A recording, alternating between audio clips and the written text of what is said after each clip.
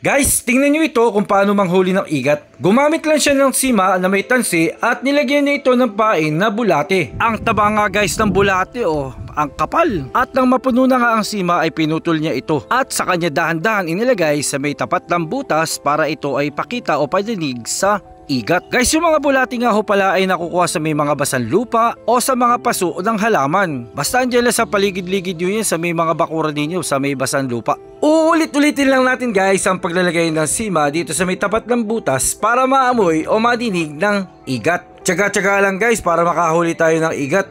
Ayan na nga at dahan-dahan na lumalabas ang igat at nakita na nga niya ang bulate. Siguro nga ay gutom din itong igat kaya gusto na rin niyang kainin itong bulate na merong sima. Guys, ano kaya masarap na luto dito sa may igat? Para sa amin kasi, ang masarap na luto dito ay nilagat o lagat. Sa pagluto nito ay kailangan mo munang ipaksiw ang igat. Tapos igigisa mo ito at saka mo lalagyan ng luyang dilaw at saka dahon ng alagaw. Ikaw, depende sa iyo kung anong luto ang gusto mo dito sa igat. Sarap laang. Ayun, kinagat na nga ng igat ang sima na merong bulate. At syempre, kukuhanin na nga natin. Sana wag lang maputol ang tansi dahil mahirap hugutin itong igat kapag nasa loob na ng lungga. Masarap nga pala ang igat na ulam at pwede rin itong pulutan. Dahan-dahan lang sa pagkain nito sapagkat ito ay matinik. Sige po guys, hanggang dito na lang. Salamat!